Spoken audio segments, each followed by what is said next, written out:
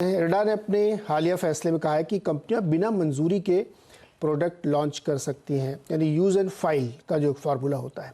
इसका क्या मतलब है और कंपनियां इसको किस तरह से यूज़ करेंगी, उससे इनको क्या फ़ायदा होगा, इस फैसले से हेल्थ इंश्योरेंस कंपनी और इंडस्ट्री पर क्या असर पड़ सकता है, इस पर बातचीत करेंगे। नो योर कंपनी के तहत हमारे साथ मौजूद है star health and allied services के MD आनंद रॉय जी। आनंद जी, बहुत बहुत स्वागत है आपका CNBC आवाज़ पर। पहले तो ये समझाइए, जो ये यूज़ एंड फाइल है, इसका कितना फ़ायदा आप लोग ले पा रहे हैं और इसका मतलब क्या है, मतलब ये कैसे काम करता है? नमस्कार और धन्यवाद मुझे आपके शो पे बुलाने के लिए। जैसे पता होगा आपको कि इंश्योरेंस कंपनीज जब प्रोडक्ट्स लॉन्च करती थी इससे पहले उनको IRDA से अप्रूवल लेना पड़ता था नए प्रोडक्ट्स के लिए, और एग्जिस्टिंग प्रोडक्ट्स को भी यदि वो रिवाइज करना चाहते हैं तो प्राइस रिविजन के लिए भी उनको IRDA का अप्रूवल लेना पड़ता था। वो सिस्टम कहलाता था फाइल एंड यूज, मतलब पहले फाइल करिए उसके बाद यूज करिए। अभी रेगुलेटर ने इसको और आसान कर दिया इंश्योरेंस कंपनी और पूरे इंडस्ट्री के लिए कि आप प्रोडक्ट्स खुद से डिजाइन करिए और यूज करिए, उसके बाद आप 1 हफ्ते के अंदर इसको फाइल कर दीजिए रेगुलेटर के साथ, ताकि आपको अपना प्रोडक्ट्स इमीडिएटली मार्केट में लॉन्च कर सकते हैं, इनोवेटिव प्रोडक्ट्स ला सकते हैं। और प्राइसिंग का भी आपको अभी फ्लेक्सिबिलिटी दिया गया है, आप अपने हिसाब से अपने इंटरनल एक्चुअरियल कैलकुलेशंस के हिसाब से प्रोडक्ट्स को प्राइस कर सकते हैं। तो ये बहुत ही पॉजिटिव डेवलपमेंट है इंडस्ट्री के लिए, और मुझे लगता है बहुत इनोवेटिव प्रोडक्ट्स आएंगे, इंश्योरेंस पेनिट्रेशन बढ़ेगा और पूरे इकोसिस्टम के लिए बहुत ही पॉजिटिव सिग्नल है। आनंद जी, मान लीजिए कोई प्रोडक्ट आपने लॉन्च कर दिया, उसके बाद उसकी फाइलिंग की, लेकिन वो किसी कारण से अप्रूवल नहीं हो पा रहा उसका, तो जिन लोगों ने उस प्रोडक्ट को लिया है उसका क्या होगा? देखिए, ऐसे सर्कमस्टेंसेस आने की उम्मीद बहुत मिनिमल है, क्योंकि हर एक इंश्योरेंस कंपनी अभी 20-25 साल काम कर रही है। बहुत सारी कंपनी, मैच्योरिटी काफी है इंडस्ट्री में, तो मुझे नहीं लगता कि कोई कंपनी ऐसे प्रोडक्ट्स फाइल करेगी जिसका अप्रूवल नहीं मिलेगा, क्योंकि इंटरनल भी है, एक्चुअरीज टीम है और प्रोडक्ट कमिटीज हैं सभी इंश्योरेंस कंपनीज के। तो ऐसे अपॉर्चुनिटीज मुझे लगते नहीं है, लेकिन एक आध केसेस यदि होंगे भी तो डेफिनेटली रेगुलेटर उन ऐसे कस्टमर्स को रिप्लेसमेंट प्रोडक्ट देने का कोई अपॉर्चुनिटी मिलेगा। मतलब वो ऑनर नहीं होगा, उसकी जगह दूसरा प्रोडक्ट लेना पड़ेगा। जरूर जरूर। राइट सर, एक चीज बताइए, आपके पास है कुछ ऐसे प्रोडक्ट जो अभी आप इस फ्रेमवर्क के तहत लॉन्च करने वाले हैं? हमारे 2-3 प्रोडक्ट्स हैं जो हमने पहले डिजाइन करके रखा हुआ था और अप्रूवल्स के लिए वेट कर रहे थे, और अभी वो प्रोडक्ट्स हम इमीडिएटली लॉन्च करने की बात कर रहे हैं। एक प्रोडक्ट है हमारा जो एग्जिस्टिंग प्रोडक्ट है, उसका प्राइस रिविजन करने वाले हैं, और 2 नए इनोवेटिव प्रोडक्ट्स हम लाने की उम्मीद कर रहे हैं the shortest period of time. Use and file में होंगे? यूज एंड फाइल में।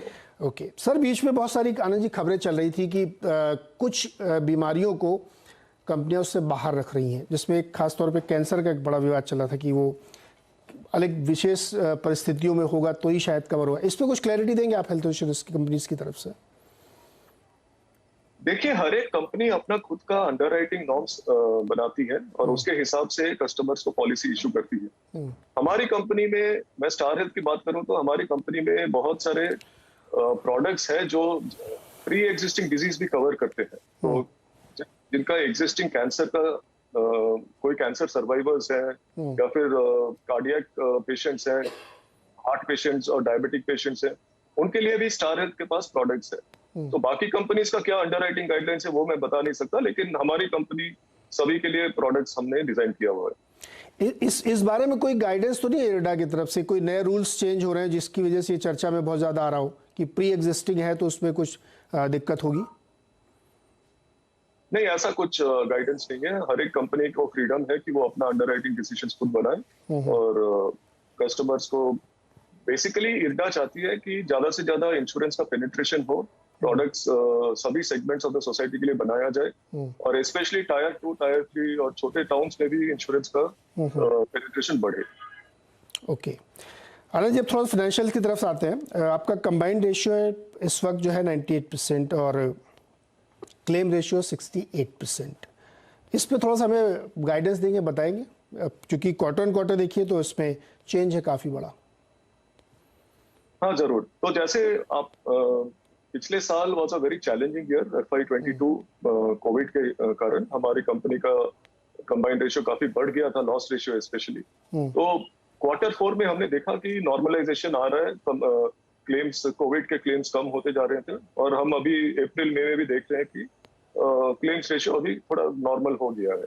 तो हमारी उम्मीद है कि आगे चल के कंपनी का टारगेट है कि कंबाइंड रेशियो 93-95 के अंदर परसेंट के अंदर मेंटेन करें, और ऑपरेटिंग प्रॉफिटेबल बिजनेस हम चलाने की उम्मीद करते हैं इस from the current financial year.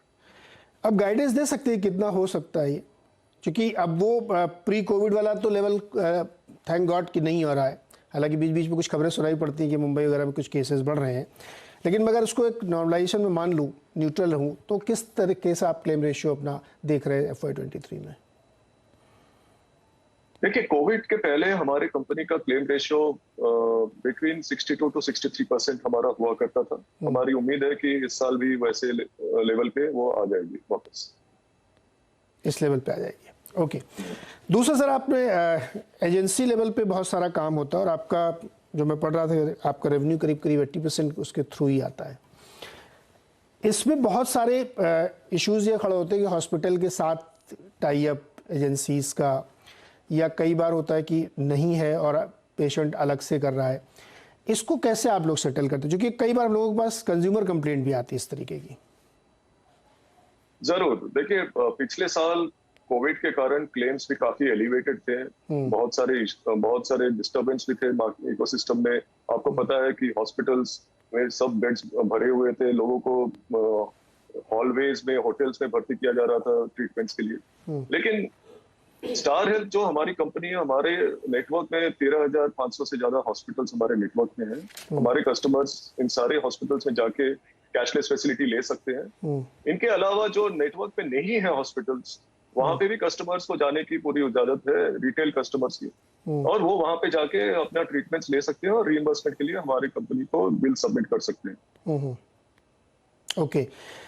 एक सवाल और सर, रिटेल वाला, चूंकि रिटेल पे क्वेश्चन हम लोग कर रहे हैं, इस पे ज्यादा लोगों की कंप्लेंट थी। रिटेल पार्टिसिपेशन आपका कितना है इस वक्त? हमारा रिटेल पार्टिसिपेशन क्लोज टू 90% है।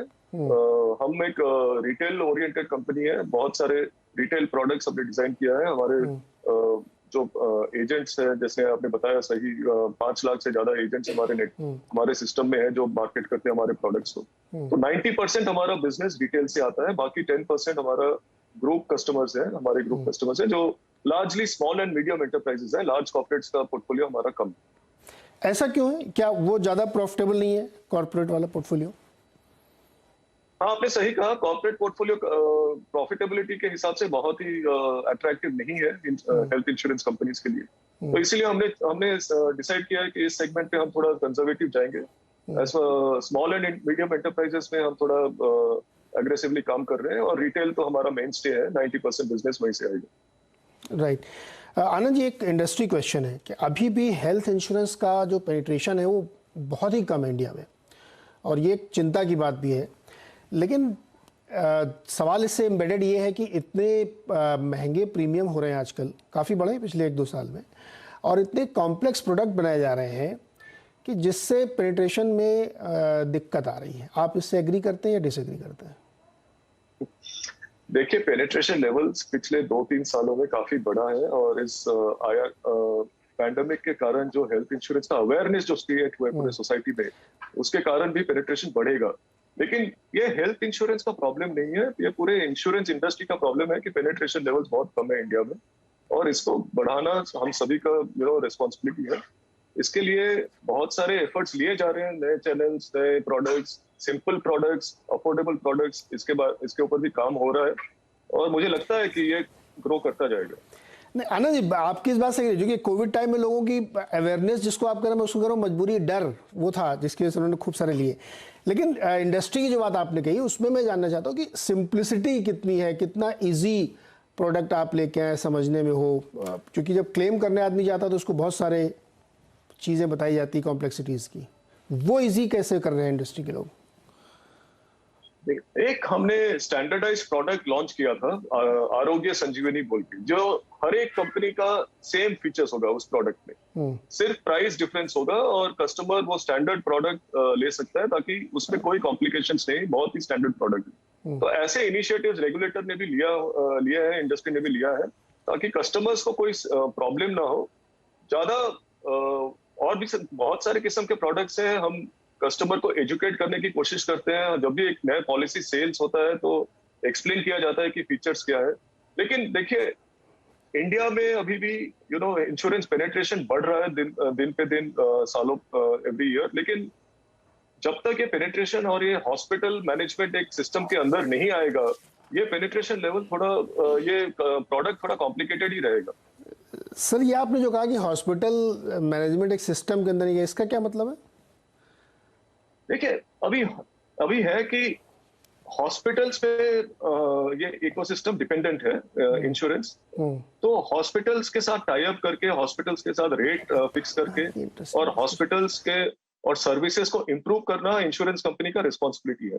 तो ये एक वर्क इन प्रोग्रेस है और ये चलता रहेगा, और इसी के ऊपर हम लोग काम कर रहे हैं।